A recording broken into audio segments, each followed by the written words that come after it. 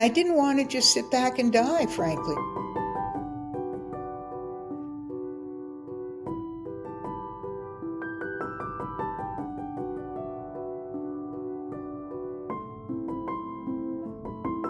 It was important for me to do everything possible that I could do to save my life.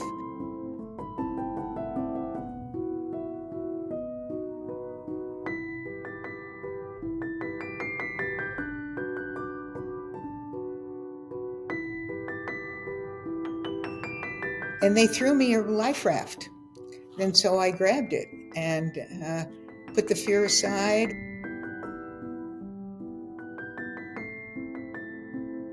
I texted my doctors the night before the transplant in the hospital, and one doctor said, "You've already had chemo. It's too late, Andrea. It's too late." And, I needed to hear that.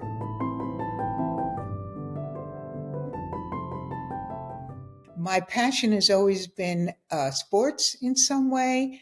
I played rugby in Chicago. I've been bike riding for as long as I can remember. I have pictures of me on a tricycle when I was like 3 years old.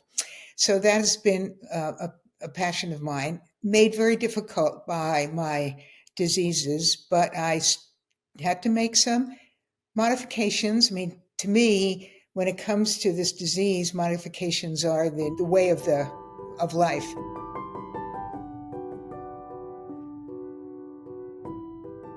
I really did not have any symptoms. I was feeling great. Luckily, I had insurance, so I would go for a health checkup once a year to make sure everything was going well. And my doctor said to me, your platelets are a little high. I've been looking at the trend and I don't like them very much. So why don't I send you to a hematologist oncologist? I might add that the platelets were not high as far as the technical term.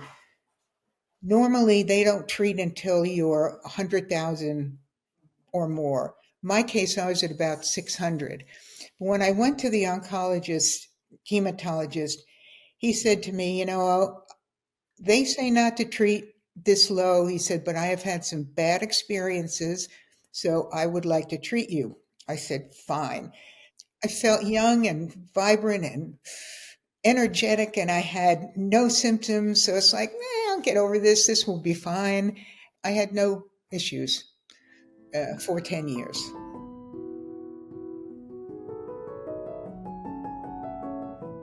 It was very slow and insidious, frankly.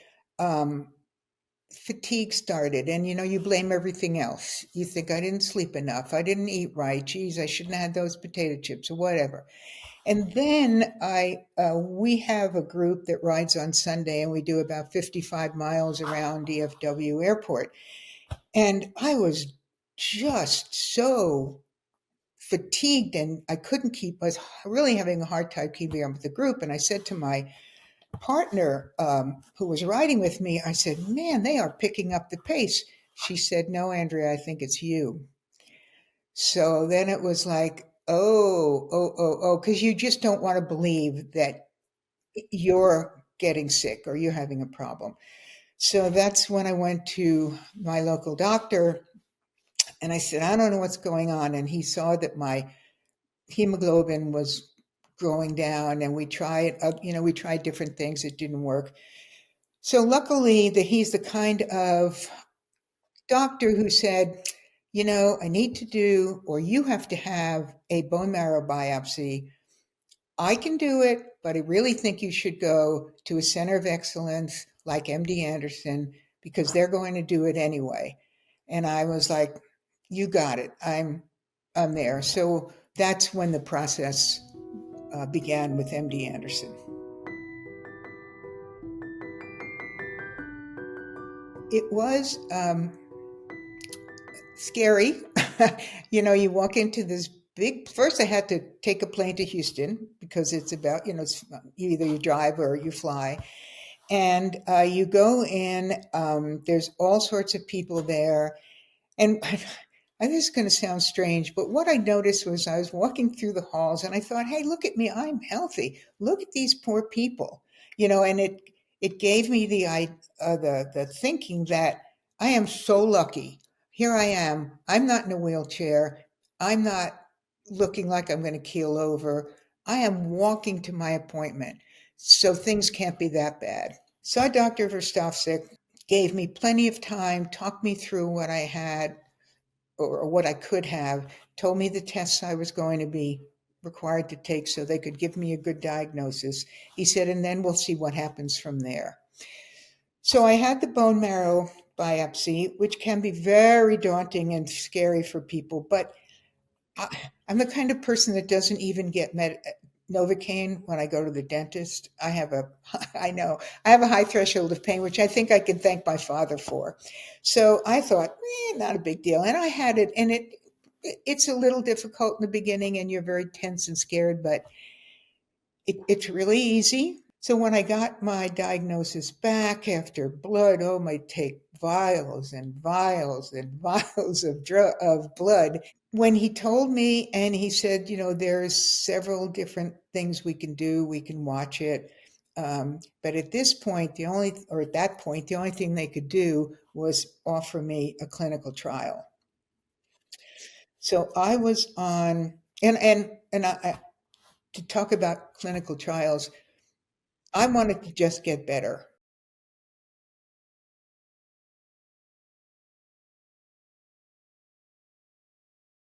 It was a selfish motive, and it was also a pay it forward motive, because I thought this disease is so rare at this point, even doctors don't know about it. If I can contribute to the overall landscape, I'm happy to, as long as it doesn't kill me or make me worse. So I was on two trials. I had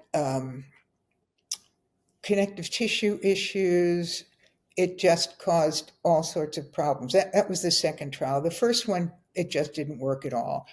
And that second one actually worked for a while, but then it was so toxic to my system, we stopped. And then I was on another Lilly trial that didn't make much difference. It didn't make me sick, but it didn't cure the anemia, which was my main problem. The fatigue was really hard, and I was working. I had to push through it, and it's interesting that you your body adapts, because I was still riding my bike, certainly not at the level I was before, but I was not going to let it stop me. I was still going out with friends, still going to concerts, still going to plays and that kind of thing. I stopped that drug. I got acute back pain and shingles.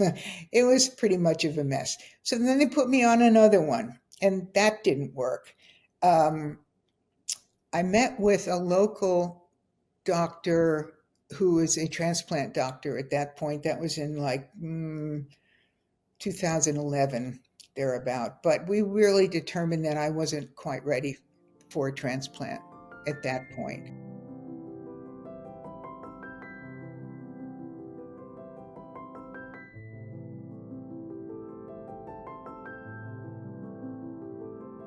It worked for me for 6 years. I was not great, but I was sure better than I was. I felt much more confident and alive and thinking, because the more you read, you have a 5 to 6 year window until death ensues, to be perfectly honest about it. And so I made sure that I was seeing people and, living life as well as I could. Then my counts after 6 years started to drop. I became transfusion dependent.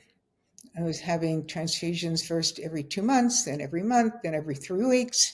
And that kind of is a death sentence. The more you have transfusions you have, the more the better.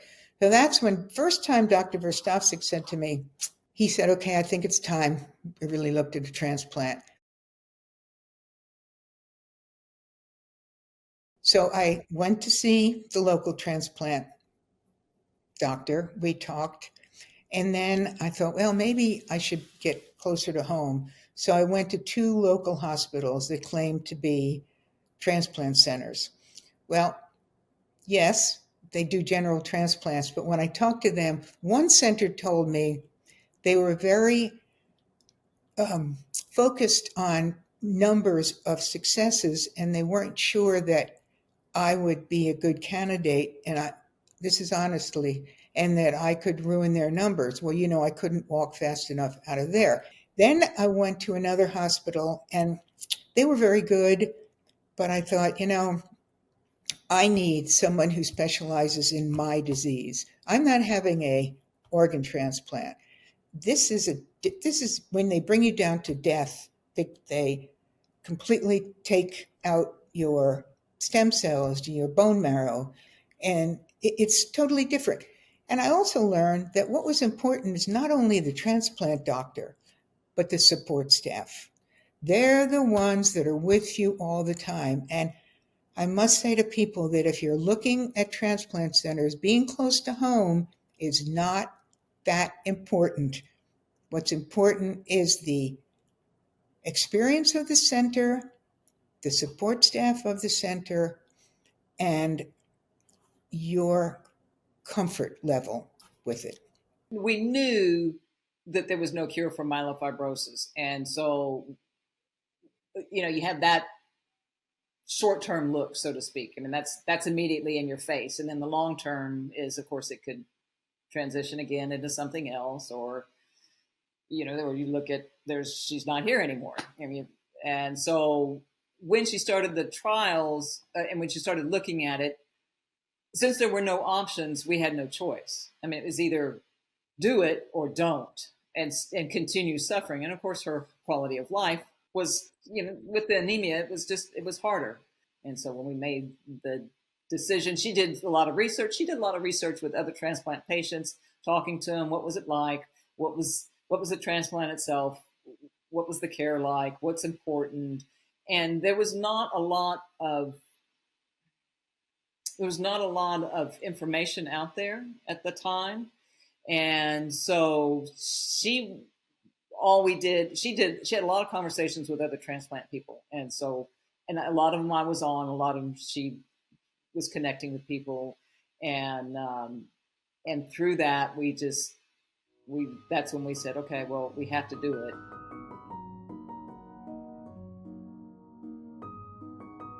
Once I decided on MD Anderson,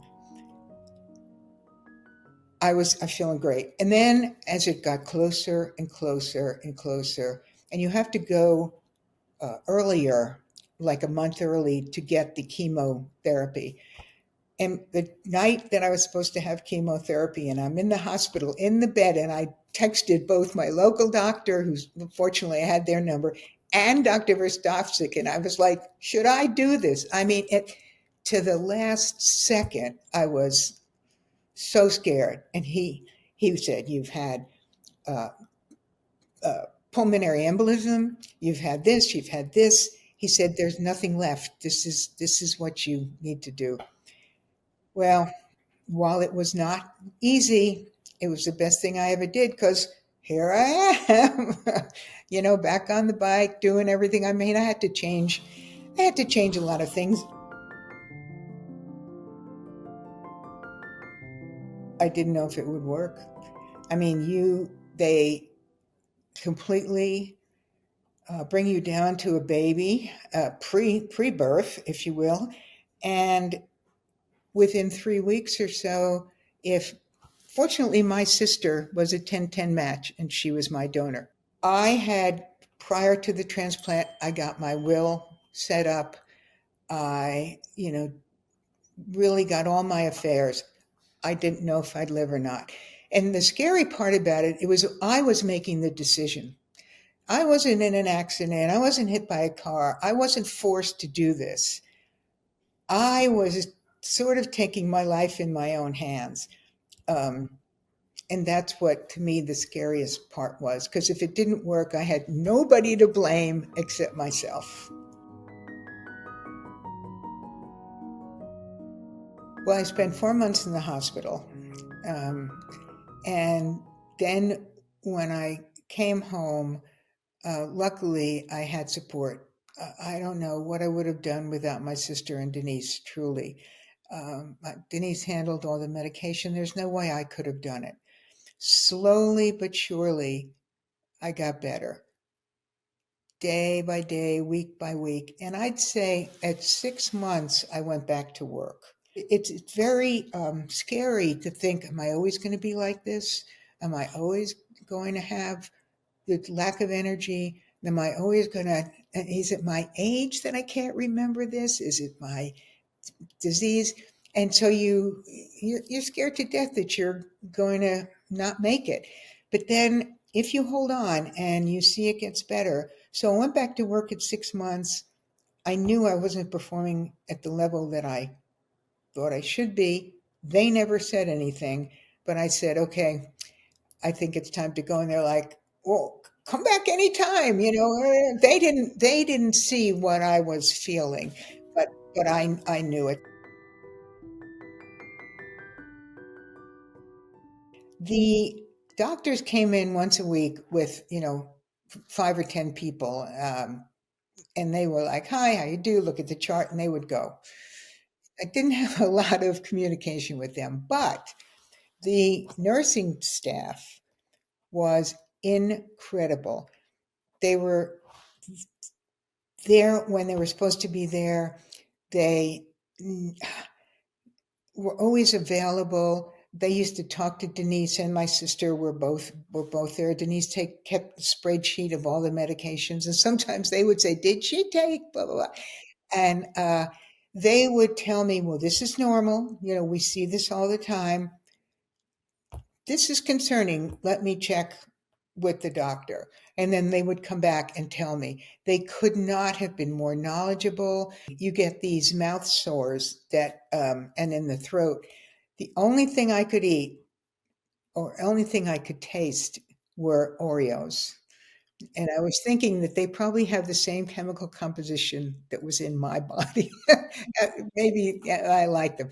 But and my sister, you have to walk, very hard to walk. They had all these incentives. If you go around twice, you get a sticker. And, MD Anderson and the nurses did so much to encourage people because the last thing you want to do is eat or walk.